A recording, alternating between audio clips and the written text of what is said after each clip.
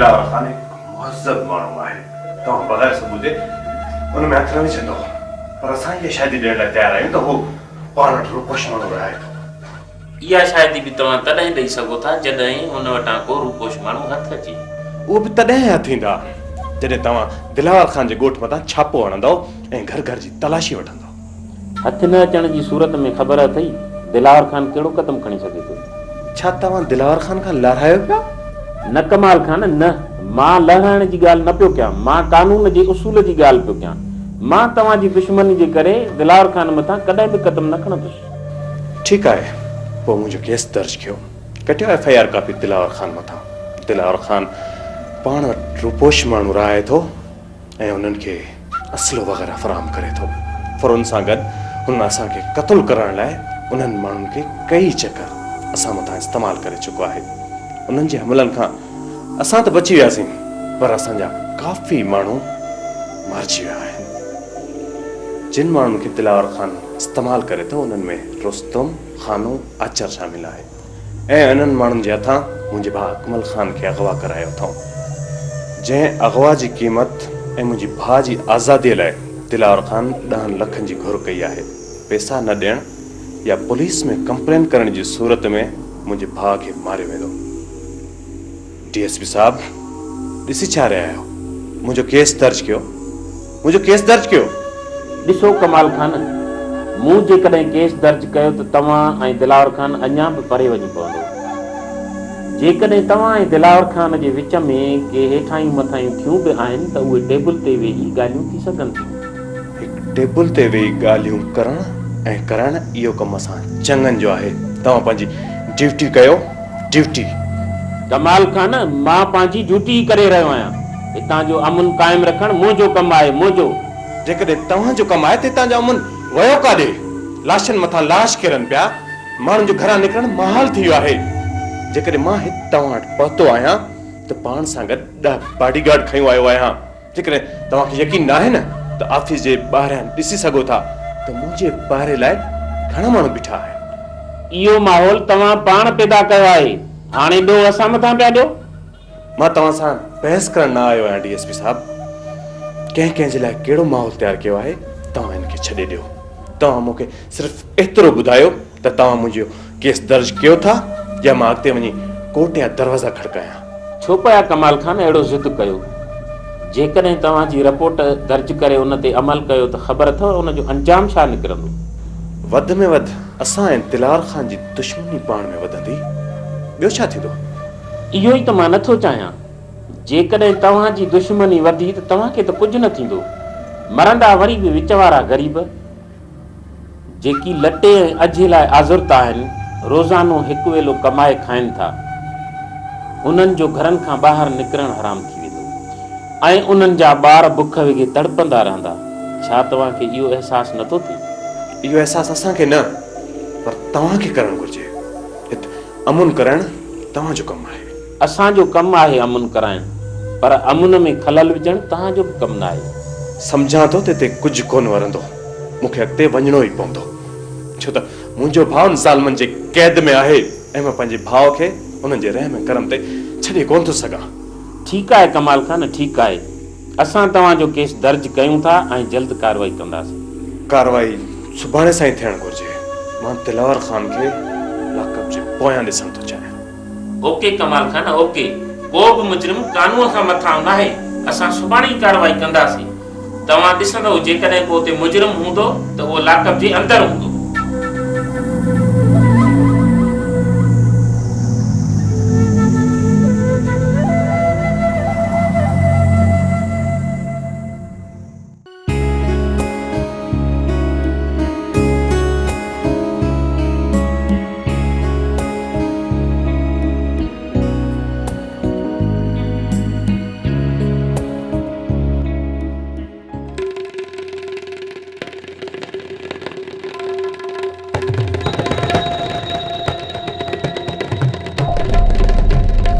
जबान दे खबर किथां तकड़ा बाहू हणंदा पिया जो करदा आहे।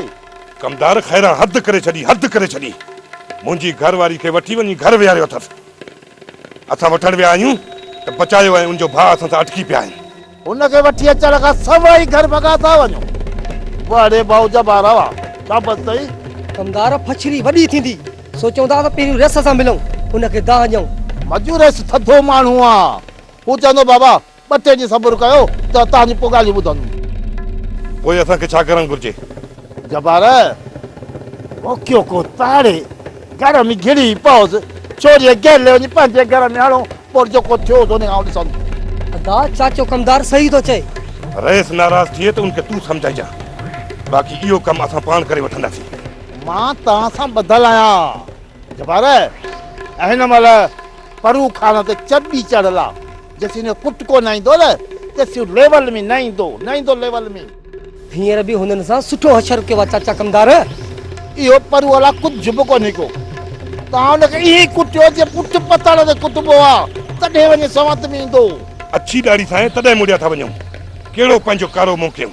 जॾहिं परूअ खे हया शर्म ई कोन्हे को छोकिरी वठी वञी घर विहारी था त पोइ तव्हां हुन इज़त लाइ छो पिया सोचो? आहे त पादरनि जे लाइक़ु, पर इन्हीअ करे वॾो आहे तॾहिं त वते थो। तूं खणी जबार हथ न विझीसि। हा मंजूअ खे मोकल ॾे न। हा त थोरो लेवल में करे छॾेसि। कमदार परियल खे लेवल में आणण खां पहिरियों बचाए उनजे भाउ खे लेवल में आणणो आहे। उन्हनि खे ॾिसी वठंदासीं। पहिरियां ई सोनी खे घर वठी अचूं। जबार को मोकियो ताड़े छोरीअ गेले वञी पंहिंजे घर में हणो पोइ जेको कुझु थियो आऊं ॾिसंदुसि आऊं। हा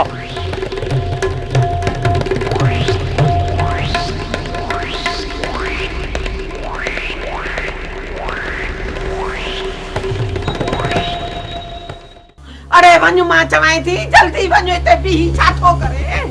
वञ वञी रही सके चओ चएसि तव्हां ॾेसि ॿुधाएसि त घर वेठे अचे ने बंदूकड़ीअ ते ज़ोर ते असांखे कुटे दमूरो बणाए विया आहिनि। अड़े खैरा जे सिर ॾे खैर हुजे जे रेस नथो दाद फिरियाद करे त पोइ बि चाची गादो तयार बि थियो आहे। सभु उन में वेहो हली थकदा ताने ते कयूं। जे उते दाद फिराद न थियो त धरनो हणंदासीं। जे अञा बि न थियो त रोज़ फिराद कंदासीं। पर पंहिंजे खून जे कतरे जो हिसाब वठंदासीं। कहिड़ो पंहिंजनि मथां फिरियाद कयूं? हेतिरो कुते विया अञा पंहिंजा वाह जो न इंसाफ़ थो करी एॾनि पंहिंजनि खां माण्हू ॿुधी मची वञे।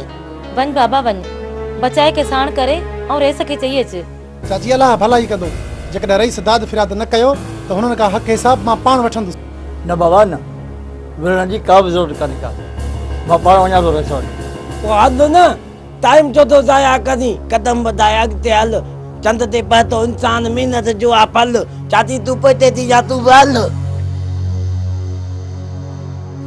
ओ हेॾे ॻाल्हि ॿुधो जेसीं ताईं रेस सां न मिलो हाल अहवाल पूरो न कयोसि तेसीं ताईं न मोटिजो।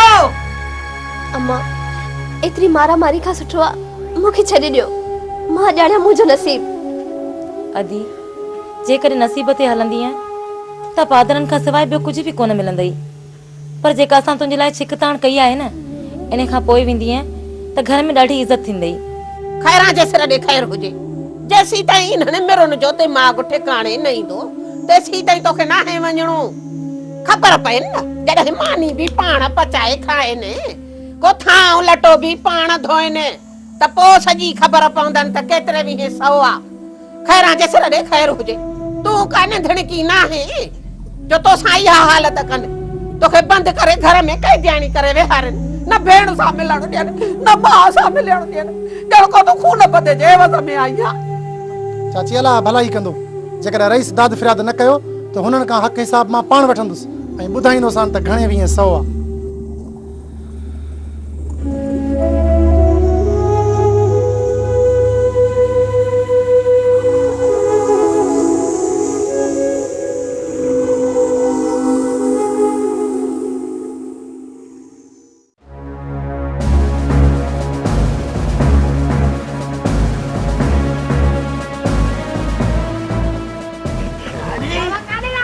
बाबा धनुआ अचो अचो।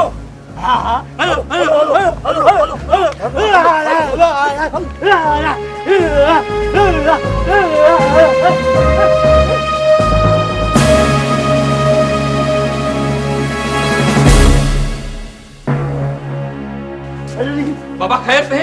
गाल गाटे को चढ़े लेगा। हाँ हाँ यो अब रोक रोक के ना को रोक रोक वो धरते चढ़िए को। हाँ ओ बाबा चरियो तो के छा कंदो बाबा हे इन्हा दा इलाज में कन हे हाजिर बाबा तरस तरस चढ़िया तरस ते खर्ची देवा। ओ मोलू तू छडे इन्हनि खे अगने असां का हाल अहवाल वठो। बाबा हिकिड़ी ॻाल्हि ॿुध तूं तरस गाल गाटे चढ़े पहले इन्हा कणो जान छुड़ाया उधर ते तेन ॻाल्हिंदा अचे चढ़िया। हाँ अगो बाबा हिकिड़ा मिनट चढ़िया ते गुडेंदा पिया अचे उधर ते घिन हिकिड़ा तूं ट्राए 5 रुपया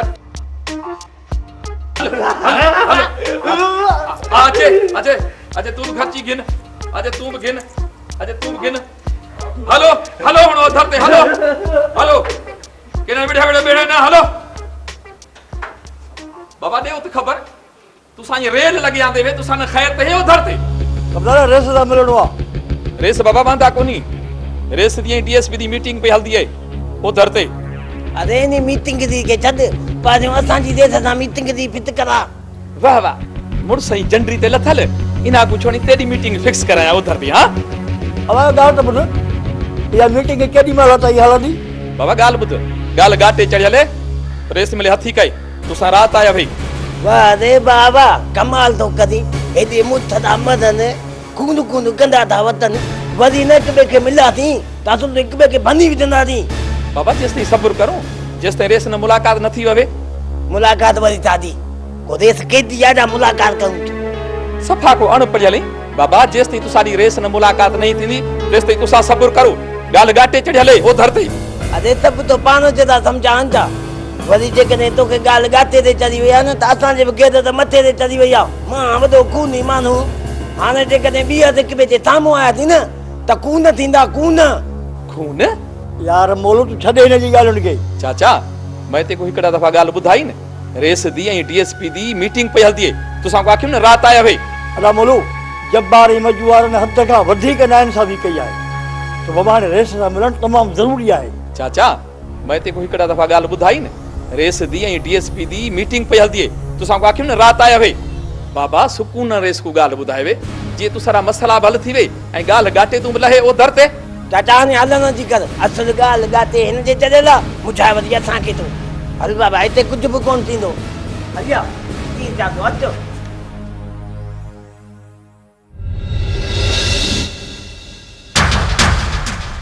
न रात आयो वे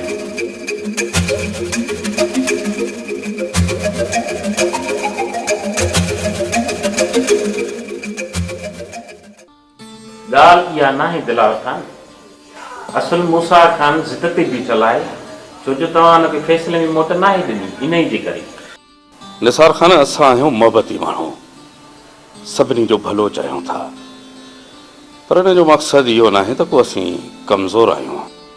ॼाणा थो मां दिलावर खान ॼाणा थो मूंखे बि इहो ई ख़ौफ़ आहे जेकॾहिं तव्हां ऐं मूसा खान में दुश्मनी थी त ॿिन्ही ॻोठनि जा मिसकीन माण्हू मरंदा। अॻिराई मां कॾहिं बि न कंदुसि इहो मुंहिंजो अव्हां सां वाइदो आहे। पर हिन वक़्तु मूसा खान वारा आपे खां ॿाहिरि आहिनि कुझु बि करण में देरि न कंदा। जे कुझु बि कयूं त उन्हनि खे जवाबु ॾियण जी सह रखूं था निसार खान। पर मां नथो चाहियां इन ई करे तव्हां वटि हली आयो आहियां। मूसा खान जे पुट कमाल खान जेका तव्हांजे मथां एफआईआर दर्ज कराइण पई चाही उहा बि मूं हिन वक़्तु ताईं न आहे कई। करे छॾियो निसार खान मूं मथां एफआईआर कटे छॾियो। जे चओ त मां हींअर ई अव्हां सां हलण लाइ तयारु आहियां छा थींदो? वधि में वधि हिकु ॾींहुं मुंहिंजे वकील खे तकलीफ़ करणी पवंदी कुझु कलाक जेल अंदरि वेहंदुसि इन खां वधीक मूसा खान मूंखे फांसी त नथो ॾेई सघे न। ख़बर आहे मूंखे दिलावर खान ख़बर आहे मूंखे मां कानून जे हर पन्ने खां वाक़ुफ़ु आहियां। निसार खान यकीनन तव्हां कानून जे हर पन्ने खां वाक़ुफ़ु हूंदव। कानून जो टोड़ असां खां वधीक को बि न ॼाणंदो हूंदो। दिलावर खान जंहिं मक़सद लाइ मां हिते आयो आहियां बहितर आहे त उन ते ॻाल्हियूं थी वञनि। निसार खान असां आहियूं मोहबती माण्हू दोस्त छा तॾहिं त आयल दुश्मन खे बि जीअं में जायूं ॾियूं था। ॿुधायो तव्हांजे असां कहिड़े कम अची सघूं था? सभ खां पहिरियां मां तव्हांखे इहो ॿुधाईंदो हलां त मां हिते हिकु डीएसपी जी हैसियत सां न आहियां आयो बल्कि हिकु सचे इंसान जो दिलि अंदर में जज़्बो रखी इंसानियत जी भलाई लाइ आयो आहियां। मां नथो चाहियां त सिंध जावन जो अजायो हिते खून वहे। इहो ई त मां बि चाहियां थो, इहो ई त चाहियां थो निसार ख़ान। मां माण्हू आहियां हिकु मोहबती, चाहियां थो असांजी सिंध धरती शाह सचल ऐं सामीअ जे प्यार भरियल वाइन सां हिकु दफ़ो वरी गूंजी उथे। घर घर मां कोडो जमालो जे आवाज़ ते असांजा सिंधी सभा जड़ा झुमरियूं हणंदा, खुलियल मैदाननि में उन्हनि ओताकुनि ते मोहबत जो मच ॿारे उन जे चौगिर्द महफ़िलूं मचाए वेही रहनि। रातियुनि जूं रातियूं गुज़री वञनि, पर उन जूं प्यार मोहबत ऐं पाबोह मां थींदड़ कचहरियूं न खुटनि। दिलार खान, जेकॾहिं एॾी मोहबत हिन धरतीअ जी दिलि अंदर में सांडियूं थो वती त तोखे सिंध अमड़ जो कसम आहे, मूंखे सही सही ॿुधाए त मूसा खान जे पुट खे कंहिं अगवा कयो आहे? अॼु अहिड़ो त कसम विधो थी निसार ख़ान, जे मूसा खान जे पुट जे अगवा में मुंहिंजा हथ हुजनि हा त सिंध धरतीअ जे हंज उजाण जे ॾोह में इहे ॿई हथ कटे तुंहिंजे अॻियां उछले छॾिया। निसार ख़ान, तो मूंखे सुञातो ई नाहे। निसार ख़ान, मां सिंध धरतीअ जो उहो दीवानो आहियां जे अॼु बि को मंगतो शाह जे सुरनि में समाइजी अची मुंहिंजे सिर जी सेन हणंदो त ही सिर अॼु ते रखी ॾींदोमांसि। निसार ख़ान, ही शाह सचल सामीअ जी धरती आहे, हिते अहिड़ा मोहबती माण्हू पैदा थींदा रहंदा। तॾहिं त मुंहिंजे पिट जे घोट फरमायो आहे त अॻियां आलियनि वटि पोयनि सिर संभाया, काट त पवी कबूल तूं, मुछण भाईम घट, मथा मुहायन जा प्या न ॾिसी पट, कलाड़की ऐं हट, कुसण जी कूप भई। मुंहिंजो सलाम आहे तोखे दिलावर खान, मुंहिंजो सलाम आहे तोखे। हर साहिब हैसियत माण्हू जेकॾहिं इहो दिलि अंदर में जज़्बो रखे त असांजी सिंध धरती जन्नत बणिजी वञे। ज़रूर निसार ख़ान, ज़रूर। असां जेको पंहिंजे मन जे अंदर मोहबत जो बूटो पोखियो आहे, इहो जॾहिं वधी वण थियो ऐं बूरजण लॻो त उन हुगा ऐं ख़ुशबूअ सां सॼी सिंध सुहारी वासजी वेंदी ऐं चंद भटकियल वजूद हिन मोहबत जी राहुनि ते वरी मोटींदा। जे एॾी मोहबत पंहिंजे मन अंदर रखी थो त मूंखे यकीन आहे त तव्हां कॾहिं बि ज़िद ऐं अना जे पाछे हेठों वेहणु पसंदि न कंदो। इन ई करे मां खुले दिलि सां चई सघां थो त मां जंहिं मक़सद लाइ हिते आयो आहियां उहो मुंहिंजो मक़सदु ज़रूरु पूरो थींदो। सिंध अमड़ जी हंज में पलजंदड़ अमन जे पक्ष खे मां वरी बि जीअण जी कोशिशि कंदुसि, जेको आख़िरी पसावर में आहे। निसार ख़ान, तव्हां मूंखे ॿुधायो मूंखे छा करिणो आहे? जे मूसा खान जे पुट अकमल खान खे कुझु बि थी वियो त हितां जो रहियल अमन बि बर्बाद थी वेंदो। कानून कमज़ोर न आहे। जे मां चाहियां त राति ॾींहुं हिकु करे इन चंद ॾोहारियुनि खे पूरो करे सघां थो, पर बदिले में हू मूसा खान जे पुट खे मारे विझंदा। पर अंजाम इहो थींदो त हितां जो आम माण्हू बि सुख जो साह न खणी सघंदो। मुंहिंजो तव्हां सां वाइदो आहे निसार ख़ान, जे हींअर ताईं मूसा खान जे पुट खे कुझु बि न थियो आहे ऐं हू ज़िंदा आहे त उनखे सही सलामत मोटाइण जी कोशिशि कंदुसि। मूसा खान ऐं मूं में केतिरा बि इख़्तिलाफ़ छो न हुजनि, पर हिन इलाइक़े जे अमन लाइ मां हर क़दम खणंदुसि। मूंखे तव्हां मां इहा ई उमेद हुई। बेफ़िक्र थी हलिया वञो निसार ख़ान, मां चंद ॾींहंनि में ई मूसा खान जे पुट खे आज़ादु कराए हुनखे घर मोकिले ॾींदुसि ऐं मां कोशिशि कंदुसि त उहे भगोड़ा ऐं रूपोश पेश पवनि ऐं हितो जे अमन में रुकावट न विझनि, छो त इहो मूं ते सिंध अमड़ धरतीअ जो फर्ज़ बि आहे जेका मरण खां पोइ मूंखे पंहिंजे जीअ में चाहियूं ॾींदी। जे ही वजूद ॿाहिरि रहे त जिक्र बदबू करे वञे।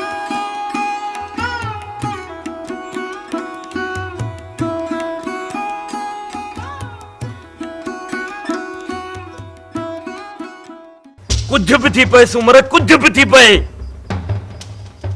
भली सॼो ॻोठ अची साम्हूं बीहे, पोइ बि मुंहिंजा कदम पोइते कोन हटंदा। मुंहिंजी इज़त हुननि वटि क़ैद हुजे ऐं मां सुकून सां वतां घुमंदो, इन खां बहितर आहे त मां मरी पवां। घटि में घटि मयार त मथां कान ईंदी। सभु को इहे चवंदो त अचर इज़त ख़ातिर विढ़ंदे विढ़ंदे मरी वियो, पर कहरनि जियां कुंड वसाए लिकी कोन वेठो।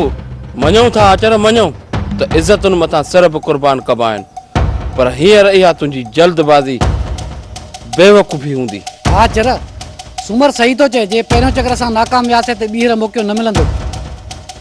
लाशनि जा ढेर लॻाए छॾींदुसि, जेको बि साम्हूं आयो उनखे मौत जो मज़ो चखाईंदुसि। जंहिं बि मूंखे सीने जो ज़ख़्म ॾिनो आहे उनजे सीने में सिधा गुर्ज़ हणंदुसि, गुर्ज़। मूं त पंहिंजी दिलि मां रहम जो लफ़्ज़ ई मिटाए छॾियो आहे।